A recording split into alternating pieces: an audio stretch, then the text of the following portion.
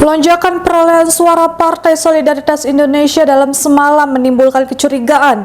Partai yang dipimpin anak Presiden Kaesang Pangarep ini disebut telah melakukan dugaan tindakan kecurangan agar bisa lolos ke Senayan. Pada Minggu 3 Maret 2024, PSI telah meraih 3,13% suara sehingga PSI berpotensi bisa lolos ke Senayan jika memenuhi syarat 4% suara. Kemungkinan itu bisa saja terjadi sebab KPU masih melakukan penghitungan suara, sementara suara yang masuk masih sekitar 60%. Akibat lonjakan ini, PSI kini dijuluki sebagai partai salah input di media sosial X pada Minggu 3 Maret 2024. Warganet alias netizen mengaitkan partai salah input dengan sosok Kaesang Pangarep, putra bungsu Presiden Joko Widodo. Netizen menyoroti perolehan suara partai milik Kaesang Pangarep, anak Jokowi, yang tiba-tiba meroket di Sirekap. Diberitakan tribunnews.com, perolehan suara PSI meroket hanya dalam waktu 3 hari berdasarkan hasil hitung suara manual atau real count KPU dari 29 Februari sampai 2 Maret 2024. Dalam rentang waktu tersebut, suara PSI bertambah dari 2.171.907 atau 2,86%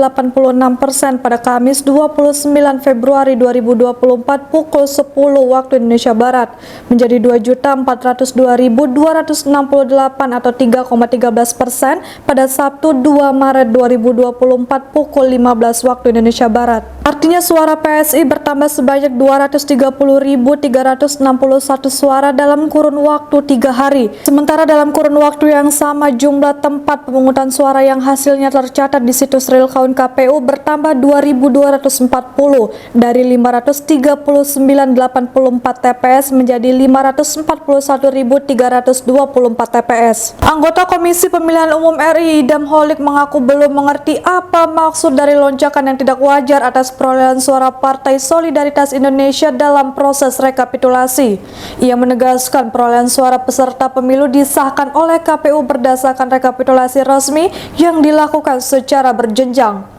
Undang-Undang Pemilu, kata Idam, memberikan waktu kepada KPU untuk menetapkan hasil pemilu selama 35 hari setelah hari pemungutan suara. Sementara itu, Koalisi Masyarakat Sipil menduga adanya penggelembungan yang mengakibatkan suara perolehan hasil pemilu Partai Solidaritas Indonesia melonjak tajam dalam beberapa hari terakhir. Ketua Perhimpunan Bantuan Hukum Indonesia, salah satu anggota koalisi itu, Julius Ibrani, mengatakan kenaikan perolehan suara PSI di tengah data hasil pemilu yang masuk di atas 60% tidak masuk akal.